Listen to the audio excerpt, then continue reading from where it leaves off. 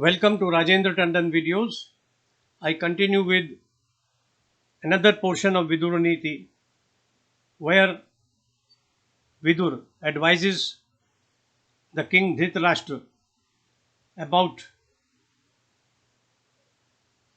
righteous conduct and the importance or otherwise of wealth.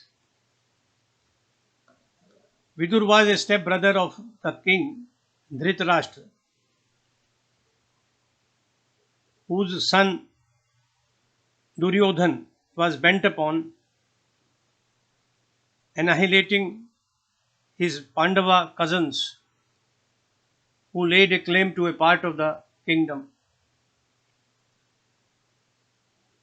Vidur advised Duryodhan to share his kingdom with the rightful owners, the Pandavas, but Duryodhan did not listen to him, and Dhritarashtra too could not help Vidur in achieving peace in the kingdom of Hastinapur.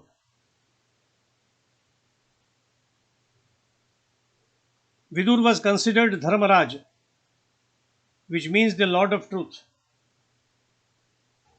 Krishna respected Vidur for his devotion to people's welfare and his proficiency in every sphere of knowledge. When Krishna visited Hastinapur as a peace emissary of the Pandavas, he shunned Duryodhana's offer to stay in the royal palace, preferring instead the home of Vidur, on account of him being the only neutral man in the Kaurava court.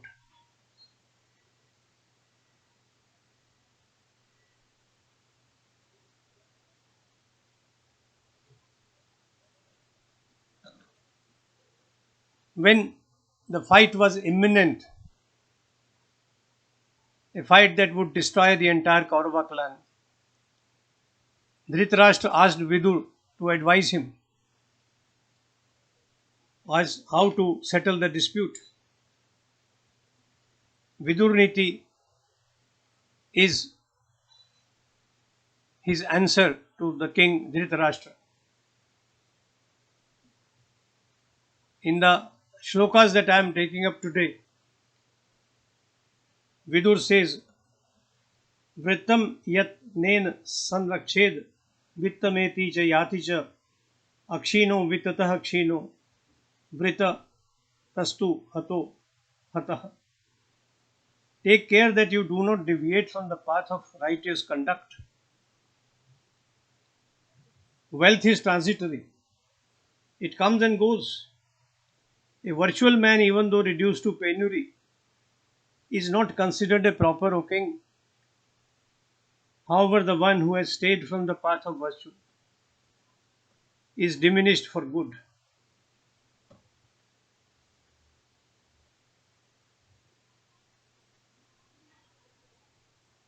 In the next shloka, Vidur lays his advice bare.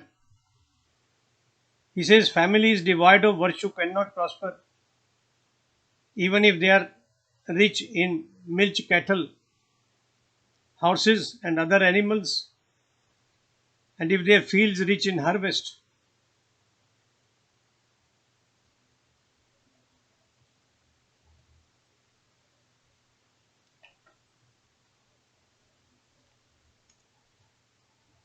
Vidur continues.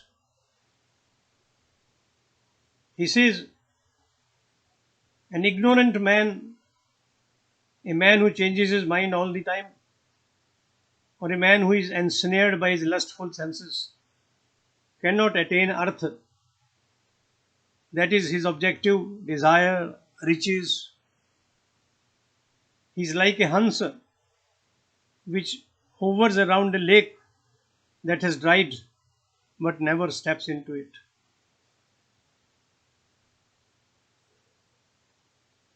An evil man's temperament is fickle, like that of a cloud. A remarkable simile. Fickle as a cloud. He gets angry for no reason and is pleased without justification.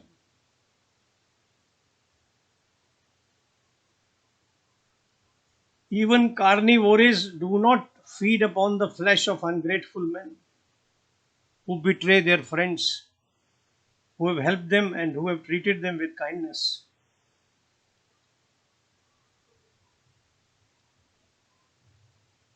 Vidur advises Dhritarashtra to honor friends and in this case honor his own nephews. Archaye dev mitrani sati vadhane na anarthayan prajanati mitranam sar phalgutam. Honor a friend whether he is rich or a pauper. Making no demands on friends, one ought not to look forward to material benefits from them.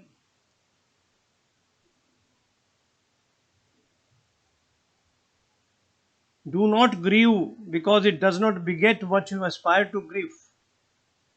Grief merely brings bodily suffering and pleases your enemies. Sukham cha dukkham cha bhava bhavau cha labha labhau maranam jivitam cha parya yasha sarvamete sprishanti tasmad dhiro na cha hrishnen shochet. Joy and sorrow, creation and destruction, profit or loss, birth or death are a part of every life cycle. Hence, a composed person should neither rejoice in nor mourn their occurrence.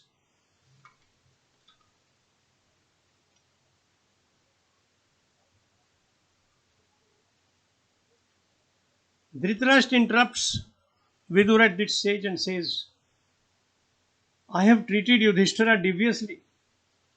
He is bound by the essence of dharma like fire hidden in a piece of wood.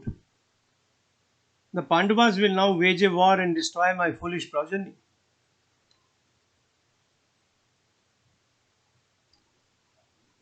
O wise brother, says the king, this fear agitates my mind. Everything around me too is upset by the thought of an impending catastrophe. Therefore, guide me to the path of peace. Advise me how to quench my apprehension.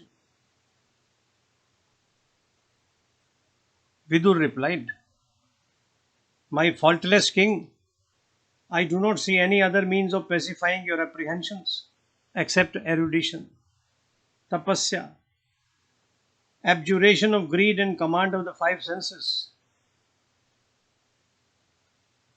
A man wards off fear with intelligence. He attains to a higher level with the help of tapasya. Service of the Guru brings him knowledge. Yoga leads to the peace of mind. Rajan, those who sow seeds of disunity do not get a sound sleep even lying on well-made beds. They do not enjoy the company of women nor the eulogies sung by the court singer. Na vai bhinna jatu charanti dharmam, na vai sukham prapnu vanithit vinna, na vai bhinna gauravam prapnu vanti, na vai bhinna prashamam rochayanti. Those who are inimical to each other never act according to dharma. They can never be happy. They are unable to garner a good name. They are not interested in bringing peace with others. O king, such divisive persons are ultimately destroyed. Their situation is hopeless. Vidur is hinting at the obvious that the Kauravas would be destroyed in any warfare with the Pandavas. But nobody listened to him, and the destruction did happen. Not a single of the Kaurava brothers or their soldiers survived the war. I stop here. I'll come with more verses from Vidur Niti in the next video. Thank you very much.